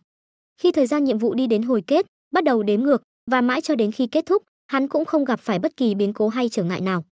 Hắn hoàn thành nhiệm vụ theo cách sát thủ chi vương mà bản thân hiểu, và cuối cùng, như hắn dự đoán, bình tĩnh vượt qua thời gian nhiệm vụ còn lại. Keng, thời gian nhiệm vụ kết thúc. Chúc mừng người chơi Tô Lăng hoàn thành nhiệm vụ thành công, hiện tại hệ thống sẽ tiến hành đánh giá biểu hiện của người chơi trong vòng trò chơi này, xin người chơi chờ một lát, đánh giá hoàn tất. Nhiệm vụ lượt chơi này, người chơi lấy thân phận sát thủ chi vương ám sát các Roder, boss phía sau tổ chức ngầm lớn nhất thế giới hắc diện. Người chơi thông qua thủ pháp không tưởng, tạo ra một tai nạn, cuối cùng hoàn thành nhiệm vụ thành công, bản thân không bị thương, thân phận không bị lộ, trong thời gian nhiệm vụ không gặp phải bất kỳ thế lực nào truy bắt và truy sát, độ hoàn thành nhiệm vụ cuối cùng là 100%. Mô hình nhân vật lượt chơi này, người chơi không bị bất kỳ ai ghi nhớ, thủ pháp giết người cao minh, không lộ bất kỳ thông tin thân phận nào, không dẫn đến bất kỳ thế lực nào truy sát. Sau đó để lại dòng chữ viết bằng vật liệu đặc biệt trên lon nước ngọt, khi cảnh sát kiểm tra sẽ hiện ra chữ sát thủ chi vương, lưu danh không lưu người. Đánh giá mô hình nhân vật đóng vai lượt chơi này, hoàn mỹ. Người chơi Tô Lăng, đánh giá cuối cùng lượt chơi này là cấp S. Chúc mừng người chơi Tô Lăng đạt được đánh giá cấp S trong trải nghiệm sơ khai trò chơi cấp ác mộng, phần thưởng đang được cấp phát. Chúc mừng người chơi Tô Lăng đạt được đánh giá nhiệm vụ cấp S, nhận được siêu duy năng lượng X1. Chúc mừng người chơi Tô Lăng hoàn thành nhiệm vụ độ khó cấp ác mộng, nhận được đạo cụ đặc biệt thẻ thay đổi mô hình nhân vật X1. Chúc mừng người chơi Tô Lăng, độ hoàn thành nhiệm vụ là 100%, có thể giữ lại 100% thu hoạch trong phó bản trò chơi. Chúc mừng người chơi Tô Lăng, cấp độ đóng vai mô hình nhân vật đạt đến cấp hoàn mỹ, nhận được thẻ nhân vật sát thủ chi vương. Người chơi Tô Lăng hoàn thành trải nghiệm sơ khai trò chơi, chức năng trò chơi đang được mở.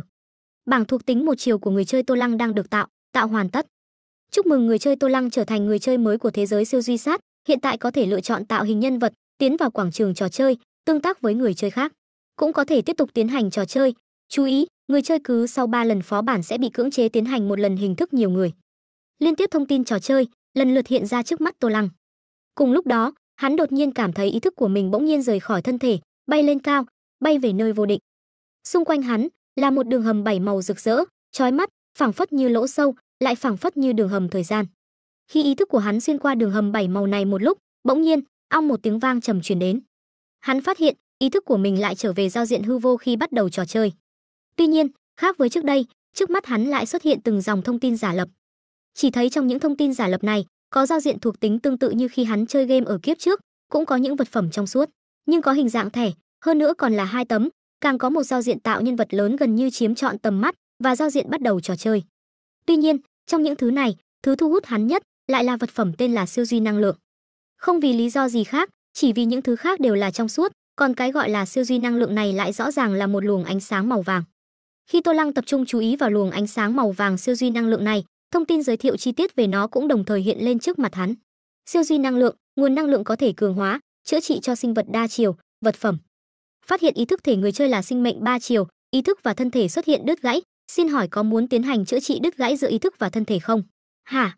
Thông tin nhắc nhở cuối cùng này, trong nháy mắt khiến toàn bộ ý thức Tô Lăng chấn động. Thì ra, đây chính là cái gọi là chuyển cơ. Nhìn giới thiệu của siêu duy năng lượng, Tô Lăng cuối cùng cũng hiểu rõ bản thân toàn chi phản hồi, trò chơi siêu duy sát này là chuyển cơ để hắn thoát khỏi trạng thái người thực vật là gì. Phần thưởng đạt được khi chơi game lại có thể chữa trị đứt gãy giữa ý thức và thân thể của hắn. Điều này thực sự hoàn toàn ngoài dự liệu của hắn. Đồng thời, hắn cũng ý thức được, trò chơi siêu duy sát này không đơn giản. Đây chính là bí ẩn chưa biết mà bản thân toàn chi phản hồi sao, thú vị đấy. Vốn chỉ là ôm lòng hiếu kỳ chơi trò chơi này, muốn xem chuyển cơ thoát khỏi trạng thái người thực vật của mình là gì.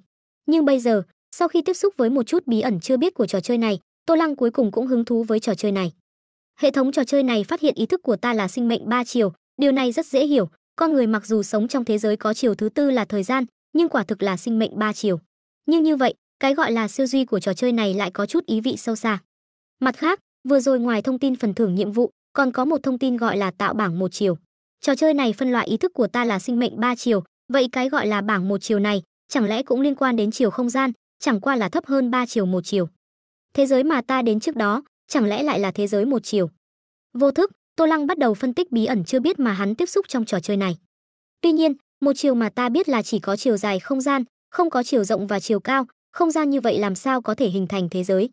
Khi ta ở thế giới kia, cảm giác cơ bản không khác biệt với thế giới hiện thực, có chiều dài, chiều rộng, chiều cao, thế giới như vậy làm sao lại là thế giới một chiều. Nhưng nếu không phải thế giới một chiều, mỗi một người trong đó, cho dù là về mặt trí tuệ hay là thông tin cá nhân do bản thân toàn chi phản hồi, đều giống như một người hoàn chỉnh, vậy giải thích thế nào đây? Trước đó, khi Tô Lăng tiến vào trò chơi, đến thế giới kia, người đầu tiên hắn tiếp xúc là nữ nhân viên bán hàng da trắng tên Isabella. Sau khi hai người gặp nhau, hắn lập tức nhận được thông tin cá nhân vô cùng chi tiết. Lúc đó Tô Lăng còn tưởng rằng là trò chơi này làm quá chi tiết ở phương diện này, nhưng sau khi tiếp xúc với rất nhiều người ở khu vực phía Tây Tinh Thành, phát hiện mỗi người đều có thông tin cá nhân vô cùng chi tiết, đồng thời về mặt trí tuệ cũng không khô khan, hoàn toàn không giống NPC.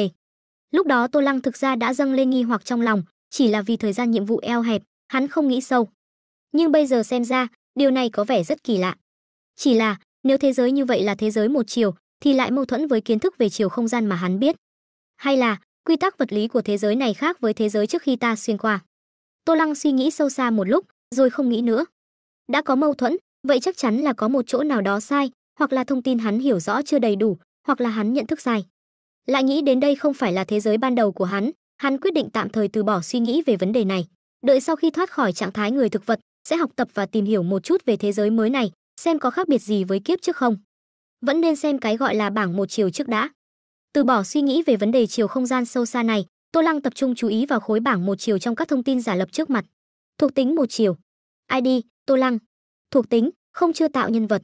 Kỹ năng: không. Đạo cụ: thẻ thay đổi mô hình nhân vật X1, thẻ nhân vật sát thủ chi vương X1, siêu duy năng lượng X1. 4 dòng thông tin ngắn gọn, vừa xem đã hiểu. Tô Lăng nhìn xong, suy nghĩ một lát, rồi trong lòng lặng lẽ nghĩ, tạo nhân vật. Người chơi đang tạo nhân vật. Mời người chơi tùy ý lựa chọn hình tượng nhân vật phía dưới, cũng có thể để hệ thống quét hình cơ thể kết nối với ý thức. Sau 2 đoạn thông tin trò chơi này, trước mặt Tô Lăng liền xuất hiện từng mô hình nhân vật, có trẻ có già, có nam có nữ, hình thể cũng đa dạng, cao thấp mập ốm đều có, thậm chí trong đó còn có các loại động vật, dã thú, cây cỏ thực vật. Thấy vậy Tô Lăng không khỏi ngẩn người. Ngoài ra, trang phục cũng phong phú đa dạng, cổ đại, hiện đại, phương Đông, phương Tây, dân tộc thiểu số và màu lông, hoa văn đặc trưng của động vật, hình dạng và màu sắc của thực vật. Tính bao dung của trò chơi này ngược lại rất mạnh, những người thích giả gái hoặc muốn làm súc vật, làm cây nấm trong hiện thực, thật có phúc. Nhìn các loại mô hình rực rỡ muôn màu, Tô Lăng có chút không nhịn được mà châm chọc. Sau đó, hắn lướt xem một lượt, cuối cùng vẫn không chọn trong này, mà trong lòng nói với hệ thống, quét hình bản thể ý thức của ta. Người chơi lựa chọn quét hình bản thể ý thức, đang quét hình, xin chờ một lát, quét hình hoàn tất. Đinh. Cùng với một tiếng đinh vang lên, các loại mô hình trước mặt Tô Lăng biến mất, một mô hình người trong suốt giả lập từ từ hiện ra. Chỉ thấy đây là một thiếu niên gầy như que củi, chiều cao có vẻ khoảng 1m8 mấy, nhưng lại mặc quần áo bệnh nhân, sắc mặt tái nhợt, tay chân và thân thể đều rất gầy, có thể nói là gầy đến cực hạn. Mà trong tình trạng gầy cực hạn như vậy, khuôn mặt thiếu niên hốc hác, hốc mắt trũng sâu, trông ốm yếu, giống như một kẻ nghiện ngập. Không muốn, xem tiếp những mô hình phía sau đi. Tô Lăng nhìn thấy bộ dạng quỷ quái này của bản thể, trong nháy mắt không còn chút ý nghĩ nào. Hắn không cầu thân thể xuyên qua của mình đẹp trai đến mức thảm thương, nhưng bộ dạng gầy như que củi này cũng quá thảm rồi. Không biết đây là một thế giới coi trọng ngoại hình sao?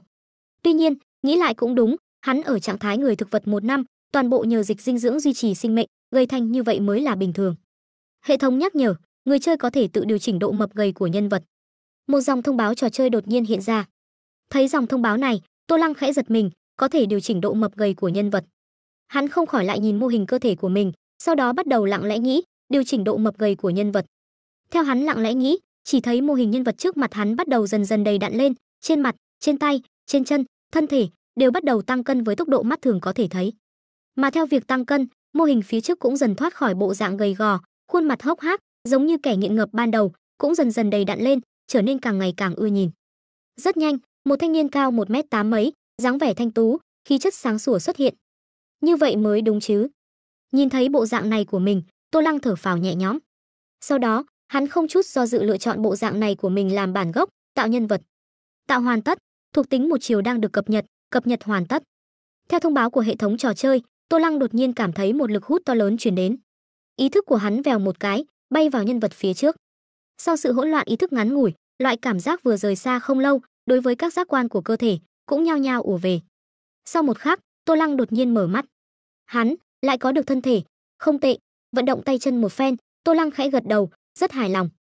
Sau đó, hắn lại nhìn bảng một chiều của mình. Thuộc tính một chiều. ID: Tô Lăng. Thuộc tính: sức mạnh 1, nhanh nhẹn 1, thể lực 1, trí lực 1. Kỹ năng: không. Đạo cụ: thẻ thay đổi mô hình nhân vật X1, thẻ nhân vật sát thủ chi vùng S1, siêu duy năng lượng X1. Sau khi tạo nhân vật liền có thuộc tính, những sức mạnh, nhanh nhẹn, thể lực, trí lực này đều là 1, là tiêu chuẩn ban đầu sao? Tô Lăng phát hiện sự thay đổi mới của giao diện thuộc tính một chiều, trong lòng suy đoán. Sau đó, hắn tập trung chú ý vào cột đạo cụ. Thông tin chi tiết của siêu duy năng lượng đã xem qua, lần này hắn trực tiếp xem thông tin chi tiết của 2 tấm thẻ đạo cụ. Thẻ thay đổi mô hình nhân vật, sau khi tiến vào phó bản trò chơi, không hài lòng hoặc không thích mô hình nhân vật hiện tại, có thể sử dụng thẻ này để thay đổi. Thẻ nhân vật sát thủ chi vương, sử dụng thẻ này có thể kích hoạt tất cả năng lực của nhân vật sát thủ chi vương. Năng lực bao gồm thương pháp đại sư, kiến thức súng ống đại sư, cận chiến đại sư, ngụy trang đại sư, thời hạn là 24 giờ. Không tệ, 2 tấm thẻ đều cực kỳ hữu dụng. Xem xong thuộc tính của 2 tấm thẻ, Tô Lăng lại hài lòng gật đầu. Sau đó, hắn hít sâu một hơi, lại nhìn về phía siêu duy năng lượng. Xử lý xong việc trong trò chơi, tiếp theo là thử dùng siêu duy năng lượng để chữa trị cơ thể, thoát khỏi trạng thái người thực vật. Phát hiện ý thức thể người chơi là sinh mệnh 3 chiều, ý thức và thân thể xuất hiện đứt gãy, xin hỏi có muốn tiến hành chữa trị đứt gãy giữa ý thức và thân thể không? Khi Tô Lăng lại tập trung chú ý vào siêu duy năng lượng, thông báo của hệ thống lại hiện ra. Lần này, Tô Lăng không do dự, trong lòng lặng lẽ nghĩ, có. Gần như ngay khi hắn xác nhận, hắn bây giờ đã có được thân thể, não bộ đột nhiên ong một tiếng. Ngay sau đó, luồng ánh sáng màu vàng đại diện cho siêu duy năng lượng trước mặt hắn vút một cái, thoát khỏi khung vật phẩm giả lập, đột nhiên chui vào trán hắn. Hiện tại siêu duy năng lượng đến từ thế giới một chiều, hàm lượng không đủ để hoàn toàn chữa trị đứt gãy giữa ý thức và thân thể của sinh mệnh thể 3 chiều, mời người chơi lựa chọn chữa trị. Hiện tại có thể lựa chọn chữa trị một trong 5 giác quan, thị giác, thính giác, vị giác, khứu giác, xúc giác của não bộ, mời người chơi tiến hành lựa chọn. Hả? 2 thông tin đột nhiên hiện lên trước mắt Tô Lăng. Nhìn 2 thông tin này, Tô Lăng không khỏi nhíu mày. Việc chữa trị bắt đầu từ não bộ, hắn có thể hiểu được, dù sao não bộ là trung tâm của con người. Tất cả động tác của cơ thể đều là từ não bộ đưa ra phản ứng, sau đó thông qua thần kinh truyền đi. Nhưng siêu duy năng lượng này lại chỉ đủ chữa trị một trong ngũ giác, điều này khiến Tô Lăng có chút kinh ngạc. Tuy nhiên, lời giải thích của hệ thống đã thuyết phục hắn. Luồng siêu duy năng lượng này đến từ thế giới một chiều, hắn là sinh mệnh 3 chiều, chỉ có thể chữa trị một phần cũng là điều dễ hiểu. Thoải mái qua đi, lại đối mặt với vấn đề mới. Đó là chữa trị loại giác quan nào trong ngũ giác? Thị giác, thính giác, hay là vị giác và khứu giác, hoặc là xúc giác? Suy nghĩ một lát, Tô Lăng liền có quyết định. Chữa trị thính giác. Ở trạng thái người thực vật, cho dù hắn chữa trị vị giác và khứu giác hay là xúc giác đều không có tác dụng gì lớn. Hắn hiện tại đang ở bệnh viện, dựa vào dịch dinh dưỡng để duy trì sự sống, không thể ăn đồ vật, chữa trị vị giác có tác dụng gì? Khứu giác cũng tương tự, chữa trị xong để ngửi mùi thuốc khử trùng của bệnh viện sao? Còn xúc giác càng không cần thiết, chữa trị xong ngoại trừ có thể khiến hắn cảm nhận được nỗi đau của cơ thể bị cắm đầy ống, căn bản không có tác dụng khác. Chỉ có thị giác và thính giác là có chút hữu dụng. Nhưng tác dụng của thị giác chỉ có thể khiến hắn mở mắt ra, nhìn xem tình hình xung quanh, đồng thời để bác sĩ, y tá và người nhà biết hắn đã tỉnh lại. Nếu không có trò chơi siêu duy sát này, hắn sẽ lựa chọn chữa trị thị giác trước, không vì lý do gì khác, chỉ vì báo bình an cho người nhà, để họ có hy vọng, không khí gia đình không còn nặng nề và ức chế. Nhưng bây giờ có trò chơi siêu duy sát này, hắn có con đường liên hệ với bên ngoài, cũng không cần gấp gáp báo bình an cho người nhà như vậy. Hơn nữa, trong cuộc sống hiện thực, trong tình huống không có năng lực tự vệ, báo bình an chưa chắc đã là bình an, mà có thể là nguy hiểm. Kẻ đã đâm hắn thành người thực vật, theo phản hồi của bản thân Toàn Chi, hắn biết đối phương vẫn thỉnh thoảng chú ý đến hắn. Nếu hắn tùy tiện tỉnh lại, rất có thể sẽ khiến đối phương có hành động quá khích. Hiện tại hắn là người thực vật, không tỉnh lại, hơn nữa đã hơn 1 năm, lại có một bộ phận người trên mạng quan tâm đến việc khác. Nhổ cỏ tận gốc sẽ có nguy cơ bại lộ rất lớn, đối phương mới không có động tĩnh. Chỉ cần hắn có dấu hiệu tỉnh lại, đối phương e rằng cho dù cảm thấy nguy hiểm, cũng nhất định phải hành động. Bởi vậy, cân nhắc tổng thể, Tô Lăng lựa chọn chữa trị thính giác. So với việc bại lộ bản thân, Tô Lăng càng thích bí mật quan sát tình hình. Mà chữa trị thính giác là một lựa chọn rất tốt. Thử nghĩ, một người thực vật hôn mê hơn 1 năm, ai lại sẽ đề phòng chứ? Nhận được chỉ lệnh, bắt đầu tiến hành chữa trị thính giác bản thể ý thức của người chơi, xin chờ một lát. Chữa trị hoàn tất. Khi nhận được chỉ lệnh chữa trị của Tô Lăng, lập tức có thông báo hiện lên. Sau đó, khi Tô Lăng còn chưa kịp phản ứng, lại xuất hiện thông báo chữa trị hoàn tất. Đã chữa trị xong. Tô Lăng khẽ giật mình, tốc độ này quá nhanh. Hình như không có cảm giác gì. Tô Lăng nhíu mày, sau đó trong lòng khẽ động, có phải muốn rời khỏi trò chơi mới có thể cảm nhận được thính giác được chữa trị không?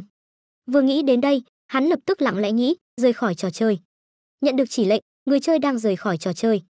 Cùng với thông tin này xuất hiện, Tô Lăng chỉ cảm thấy ý thức của mình lại từ người tốt vật trong mô hình vừa tạo ra rút ra, sau đó rút lui nhanh chóng. Sau một khắc, ý thức của hắn lại trở về trạng thái ban đầu, không có thị giác, vị giác, khứu giác, xúc giác, không có thính giác. Trong trạng thái ý thức hư vô, hắn nghe thấy đủ loại âm thanh không ngừng truyền đến. Tiếng người nói chuyện, tiếng dòng điện của thiết bị, tiếng dịch dinh dưỡng chảy, tiếng tít tít của máy theo dõi điện tâm đồ và huyết áp, tiếng bước chân đi lại trên hành lang, thậm chí còn có tiếng thở của bệnh nhân đang ngủ say trong phòng bệnh sát vách. Ngoài ra, tiếng gió nhẹ bên ngoài cửa sổ, tiếng chim hót, tiếng lá cây xào xạc, tiếng gọi loa dưới lầu, tiếng còi xe ô tô trên đường, tiếng giao hàng của người bán hàng rong. Đủ loại âm thanh như sóng biển liên tiếp truyền vào tai Tô Lăng. Tô Lăng ngạc nhiên phát hiện, hắn không những không cảm thấy những âm thanh này ồn ào, ngược lại có thể phân biệt rõ ràng từng loại âm thanh trong đó. Đồng thời, thông qua phản hồi của những âm thanh này, hắn lại có thể ước lượng khoảng cách của những âm thanh đó đến hắn. Sau đó lại thông qua khoảng cách và độ lớn của những âm thanh đó, trong lòng hắn lại từ từ phác họa ra kích thước của phòng bệnh và bố cục các tòa nhà của bệnh viện. Đơn giản không thể tưởng tượng nổi. Đây đâu phải là chữa trị thính giác, đơn giản là cường hóa ra siêu thính lực, trở thành Daredevil. Tô Lăng kinh ngạc trong lòng. Kết quả này vượt xa dự liệu của hắn. Hắn vốn cho rằng chỉ là chữa trị thính giác đơn giản, nhưng hiển nhiên hiệu quả của siêu duy năng lượng vượt xa điều đó. Bỗng nhiên, hắn khẽ động trong lòng, nghe thấy trên hành lang bên ngoài phòng bệnh có mấy tiếng bước chân đi đến trước cửa phòng bệnh của hắn rồi dừng lại. Hắn tập trung chú ý vào phòng bệnh. Sau một khắc, cạch một tiếng, cửa phòng bệnh bị đẩy ra, mấy tiếng bước chân ngoài cửa đi vào. "Bác sĩ, làm phiền các anh." Một giọng nữ ôn nhu nhưng tràn ngập mệt mỏi vang lên, cảm ơn chủ nhân của một trong số những tiếng bước chân. Trong đầu Tô Lăng nhanh chóng phán đoán chiều cao và cơ thể của đối phương từ âm thanh yếu ớt phát ra khi bước chân chạm đất, đồng thời đối chiếu với thông tin nhân vật trong đầu. Rất nhanh, có kết quả đối chiếu, tiếng bước chân này hẳn là của mẹ hắn ở thế giới này, Dương Tú Anh. Bên cạnh tiếng bước chân của Dương Tú Anh, còn có một tiếng bước chân nặng nề hơn, Tô Lăng đối chiếu được kết quả là cha hắn, Tô Bùi Thành. Còn lại 2 tiếng bước chân, Tô Lăng phán đoán là một nam một nữ, hẳn là bác sĩ và y tá của bệnh viện. Không có gì, kiểm tra tình trạng cơ thể bệnh nhân hàng ngày, đây là công việc của chúng tôi. Vị bác sĩ kia lịch sự cười đáp lại. Nghe bác sĩ nói, Tô Lăng bỗng nhiên căng thẳng trong lòng, hắn nghĩ đến một vấn đề.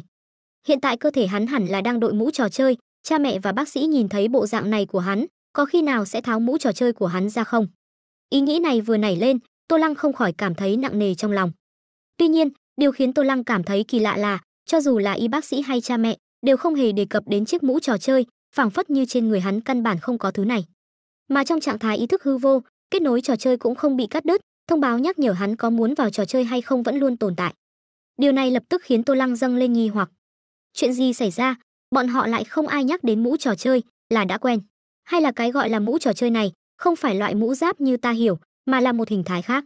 Bọn họ không phát hiện, hay là đây cũng là một trong những bí ẩn chưa biết. Bên ngoài, bác sĩ và y tá bắt đầu kiểm tra thông lệ tình trạng cơ thể của hắn, khiến căn phòng trở nên yên tĩnh, chỉ có tiếng xột xoạt của quần áo khi kiểm tra. Rất nhanh, việc kiểm tra kết thúc, bác sĩ nói với cha mẹ Tô Lăng về tình hình của hắn. Nhưng Tô Lăng lại không có tâm trạng để nghe, sự nghi hoặc trong lòng về trò chơi khiến hắn lập tức lặng lẽ nghĩ trong ý thức, vào trò chơi. Đinh, đang kết nối ý thức. Trong trạng thái ý thức hư vô, cùng với một tiếng đinh và thông báo kết nối. Sau một khắc, ý thức Tô Lăng đột nhiên sinh ra một loại cảm giác xuyên qua, phảng phất như đang ngồi cáp treo. Nhưng loại cảm giác này chỉ duy trì trong chốc lát, sau khi dừng lại, hắn lại trở về giao diện cửa sổ trò chơi trước đó, đồng thời lại có được cảm giác thân thể. Cùng lúc đó, trước mắt hắn cũng lại hiện lên một thông báo trò chơi. Chào mừng trở lại thế giới siêu duy sát. Người chơi Tô Lăng, xin chào, bạn đã trở thành người chơi mới thông qua trải nghiệm sơ khai trò chơi, hiện tại có thể lựa chọn tiến vào quảng trường trò chơi, tương tác với người chơi khác. Cũng có thể tiếp tục tiến hành trò chơi. Chú ý, người chơi cứ sau 3 lần phó bản sẽ bị cưỡng chế tiến hành một lần hình thức nhiều người. Hiện tại còn 2 lượt chơi nữa là đến lượt cưỡng chế hình thức nhiều người. Thông báo trò chơi lại hiện lên trước mắt Tô Lăng dưới dạng văn bản giả lập. Nhưng Tô Lăng không đưa ra lựa chọn, mà lên tiếng gọi nhân viên chăm sóc khách hàng. Trò chơi này tạm thời chưa có nhân viên chăm sóc khách hàng, người chơi có bất kỳ thắc mắc nào có thể trực tiếp hỏi hệ thống. Hệ thống này là trí tuệ nhân tạo toàn diện, có thể giải đáp mọi thắc mắc của bạn trong trò chơi. Trí tuệ nhân tạo toàn diện. Tô Lăng nhìn thấy thông báo này, nhướng mày, nhưng vẫn nói, ta muốn tìm hiểu chi tiết về mũ trò chơi siêu duy sát. Kỹ thuật cốt lõi của mũ trò chơi này là cơ mật đặc cấp của Liên minh nhân loại, bạn tạm thời không có quyền hạn để biết. Thông tin bạn có quyền biết là chất liệu của mũ trò chơi này sử dụng công nghệ sinh học và công nghệ nano mới nhất hiện nay, tồn tại dưới dạng chất lỏng rắn, ở trạng thái tinh thể cố định trước khi khóa ý thức, sau khi khóa ý thức sẽ lập tức chuyển hóa thành thể lỏng, được hấp thụ vào lỗ chân lông, bám vào thành ngoài hộp sọ, thuận tiện cho người chơi ra vào trò chơi bất cứ lúc nào. Công nghệ cao như vậy sao? Tô Lăng nhìn giải đáp của hệ thống, không khỏi ngẩn người. Hắn hiện tại cơ bản có thể xác nhận trình độ khoa học kỹ thuật của thế giới này vượt qua thế giới trước khi hắn xuyên qua. Đồng thời, hắn còn chú ý đến những chữ như Liên minh nhân loại, cơ mật đặc cấp trong thông tin giải đáp của hệ thống. Điều này khiến hắn khẽ động lòng. Thông tin khách quan cập nhật, thông tin cá nhân đang được chỉnh sửa hoàn tất. Năm Tân Nguyên lịch 857, ngày 27 tháng 4, 10 giờ 44 phút 31 giây, bạn đã tiếp xúc với thông tin bí mật của thế giới này, biết sự tồn tại của Liên minh nhân loại. Thế giới này không đơn giản như bạn tưởng tượng, khoa học kỹ thuật của nhân loại dường như đã đột phá phạm vi các vì sao, chỉ là che giấu đại chúng, nguyên nhân cụ thể không rõ. Đột nhiên, năng lực bản thân toàn chi trong đầu hắn phản hồi một đoạn thông tin văn bản. Xem hết đoạn thông tin này, Tô Lăng lập tức sững sờ. Thì ra thế giới mình xuyên qua vẫn là một thời đại vũ trụ. Tuy nhiên, theo thông tin văn bản, dường như chỉ có một số ít người biết việc khoa học kỹ thuật của nhân loại đã đột phá phạm vi các vì sao, còn đại đa số công chúng vẫn mơ hồ không hay biết. Đây là vẫn đang trong giai đoạn thăm dò vũ trụ, hay là có điều gì đó e ngại, hay là cả hai? Tô Lăng suy đoán trong lòng. Mặt khác, hắn còn chú ý, khi vào trò chơi vào buổi sáng là khoảng 7 giờ 43 phút, hiện tại thời gian đã là 10 giờ 44 phút sáng. Mà thời hạn nhiệm vụ của hắn ở thế giới kia là 3 ngày, hắn đã ở trong đó đủ 3 ngày mới ra. Nói cách khác, tỷ lệ thời gian trong trò chơi và bên ngoài là một ngày tương đương với 1 giờ bên ngoài, 24 giờ 1 phút. Thế giới này thực sự là ngày càng thú vị. Sự tò mò mãnh liệt khiến Tô Lăng lộ ra vẻ hứng thú nồng đậm trên mặt. Hắn không tiếp tục suy nghĩ về nguyên nhân cụ thể mà Liên minh nhân loại giấu giếm đại chúng, bởi vì ngay cả bản thân toàn chi cũng không phản hồi được, chứng tỏ hắn còn chưa chạm đến cốt lõi. Trong tình huống thông tin không đầy đủ, chỉ dựa vào phân tích và suy đoán thì rất khó suy luận ra. Mà cho dù hắn có thể phân tích và suy đoán được, nhưng với thân thể còn chưa hoàn toàn thoát khỏi trạng thái người thực vật hiện tại của hắn, biết thì có thể làm gì? Cũng không làm được gì, chẳng qua là tăng thêm lo lắng và phiền não mà thôi. Chi bằng nhanh chóng tiến hành trò chơi, thu hoạch được càng nhiều siêu duy năng lượng, thoát khỏi tình cảnh khốn khó trước mắt. Nghĩ đến đây, Tô Lăng không nghĩ nhiều nữa, hắn nhìn thông báo nhắc nhở của hệ thống, hơi trầm ngâm, rồi lặng lẽ nghĩ, tiến vào quảng trường trò chơi. Hắn chuẩn bị tìm hiểu một chút về những người chơi khác của trò chơi này. Đinh, đang tiến vào quảng trường trò chơi, xin chờ. Một đoạn thông báo trò chơi lập tức hiện lên theo suy nghĩ của Tô Lăng. Ngay sau đó, trước mắt hắn xuất hiện một luồng sáng này mở rộng, xua tan bóng tối xung quanh. Sau một khắc, Tô Lăng phát hiện mình xuất hiện ở một quảng trường rộng lớn. Nhìn ra xa, quảng trường này rộng lớn, gần bằng 5-6 sân bóng đá. Ở giữa quảng trường là một đài phun nước kiểu kiến trúc châu Âu to lớn, đang không ngừng phun nước và phát nhạc cổ điển. Sau đó, lấy đài phun nước to lớn này làm trung tâm, phạm vi vài dặm xung quanh đều là quảng trường bằng phẳng, đám người đông đúc nhốn nháo trong đó, mỗi người gần như đều ăn mặc loài loẹt. Có người thậm chí còn mang hình dạng động vật, thực vật di chuyển trong đó, mà trong số những người này, rất nhiều người đang nói chuyện, những âm thanh này giao thoa, biến thành tiếng ồn ào liên tiếp. Ngoài ra, bên ngoài quảng trường, Tô Lăng có thể nhìn thấy từng tòa nhà, có cao ốc, có nhà trọ, có khu dân cư, có cửa hàng, nghiễm nhiên là dáng vẻ của một thành phố. Tô Lăng không có siêu thính lực trong trò chơi, nên giờ phút này hắn chỉ cảm thấy xung quanh vô cùng ồn ào, chỉ có tiếng nói chuyện của những người ở gần hắn mới có thể nghe rõ. Tìm cổ phần, ai có lòng xin inbox. Tuyển cao thủ cùng chơi hình thức nhiều người, gamer đừng làm phiền. Công hội nhỏ cá nhân tuyển người, tôn chỉ của chúng ta là vui vẻ là quan trọng nhất, mau đến cùng nhau vui vẻ chơi game. Thu mua đạo cụ mạnh giá cao, có thể giao dịch bằng tiền thật, cũng có thể đổi đồ, thành tâm thì đến, lừa đảo cút ngay. Tiếng nói chuyện của những người chơi xung quanh mà hắn có thể nghe rõ, đều tương tự như khi Tô Lăng chơi game ở kiếp trước, tại quảng trường giao dịch. Tuy nhiên, những tiếng nói chuyện này lại không ngừng lặp lại một cách máy móc, giống như chế độ lặp lại của loa. Tô Lăng suy đoán hẳn là một thiết lập đặc biệt của trò chơi. Trên đây chính là những gì Tô Lăng cảm nhận được khi bước vào quảng trường trò chơi. Sau khi thích ứng, Tô Lăng nhìn thông báo nhắc nhở trò chơi giả lập trước mắt. Chào mừng người chơi Tô Lăng đến quảng trường trò chơi khu vực Tây Nam 1. Khu vực Tây Nam 1, xem ra quảng trường trò chơi này không chỉ có một, hơn nữa còn được phân chia theo khu vực. Tô Lăng lộ ra vẻ trầm tư trên mặt. Sau đó, hắn lặng lẽ quan sát các hiện tượng trong quảng trường trò chơi này. Rất nhanh, hắn phát hiện một vấn đề. Các người chơi trên quảng trường trò chơi cơ bản đều có chút lười biếng, dường như thực sự coi siêu duy sát là một trò chơi bình thường để chơi. Xem ra trình độ của người chơi bình thường còn chưa tiếp xúc đến thông tin về siêu duy năng lượng, chỉ cho rằng đây là một trò chơi bình thường. Tô Lăng nheo mắt, suy đoán trong lòng. Nghĩ lại cũng bình thường. Chỉ có đánh giá trò chơi đạt đến cấp S mới có thể nhận được siêu duy năng lượng, loại vật phẩm có thể ảnh hưởng đến hiện thực này, mà hắn lựa chọn độ khó cấp ác mộng. Trong điều kiện khắc nghiệt như vậy mới đạt được đánh giá cấp S, người chơi bình thường muốn đạt đến đánh giá cấp S cơ bản là không thể. Như vậy, việc không tiếp xúc được với siêu duy năng lượng, chỉ coi trò chơi này là trò chơi bình thường để chơi, cũng là điều bình thường. Được rồi, tiếp tục trò chơi thôi. Sau khi quan sát một lúc, hiểu rõ trình độ bình quân hiện tại của người chơi trong trò chơi, Tô Lăng cũng không muốn tương tác. Dù sao, những người này ngay cả sự tồn tại của siêu duy năng lượng cũng không biết, khiến hắn không có chút hứng thú tương tác nào. Tiến vào trò chơi. Người chơi Tô Lăng, xin chào, mời lựa chọn hình thức trò chơi. Sau khi Tô Lăng lựa chọn tiếp tục trò chơi, một thông báo nhắc nhở trò chơi giả lập hiện lên trước mắt hắn. Tô Lăng nhìn thông báo này, suy nghĩ một lát, rồi lặng lẽ nghĩ, hình thức nhiều người.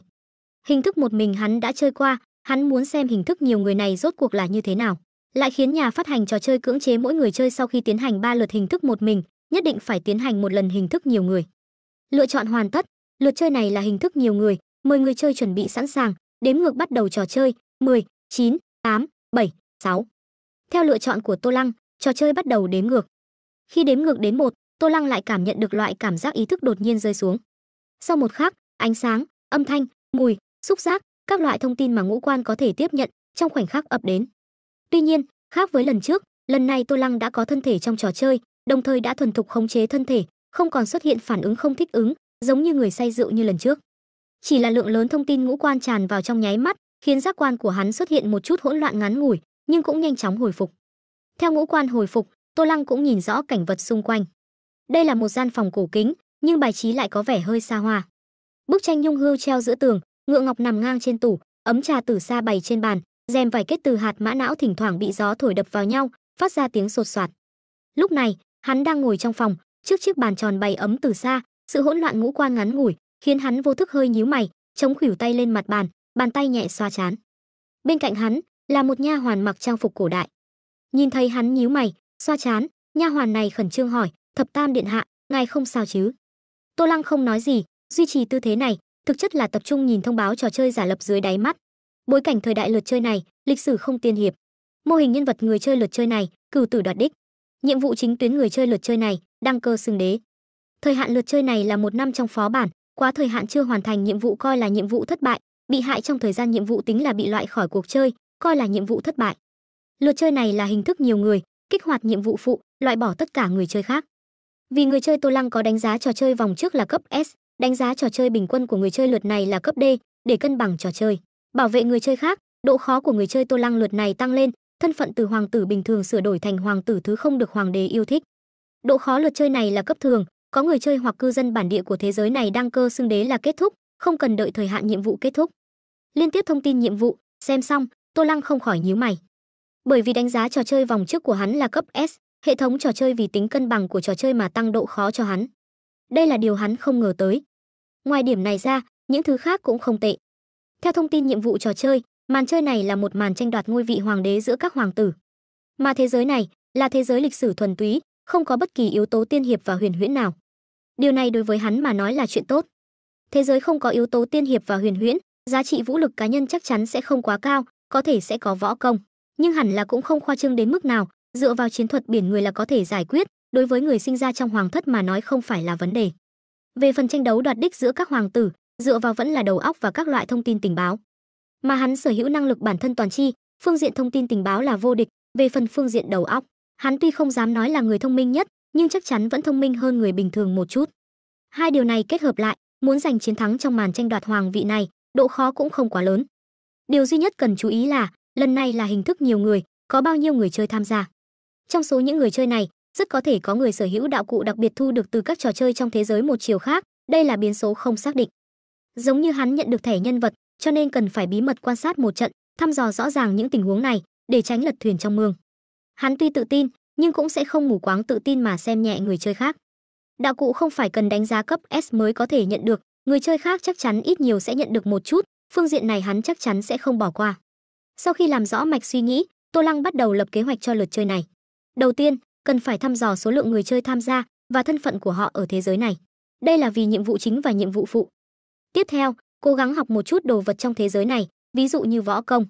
Ở lượt trò chơi trước, phần thưởng mà Tô Lăng nhận được khi hoàn thành nhiệm vụ 100% là có thể giữ lại toàn bộ thu hoạch trong trò chơi. Nhưng đáng tiếc, hắn căn bản không có bất kỳ thu hoạch nào ở thế giới kia.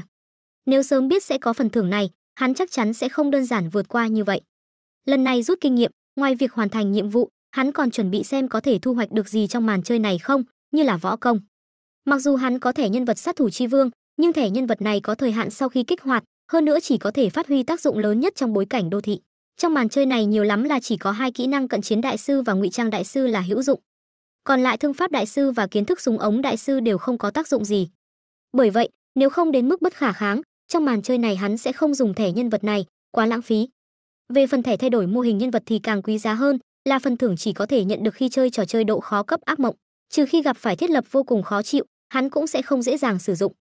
Hiện tại mô hình nhân vật của hắn tuy không tốt lắm, là hoàng tử thứ không được hoàng đế yêu thích, nhưng vẫn trong phạm vi hắn có thể chấp nhận.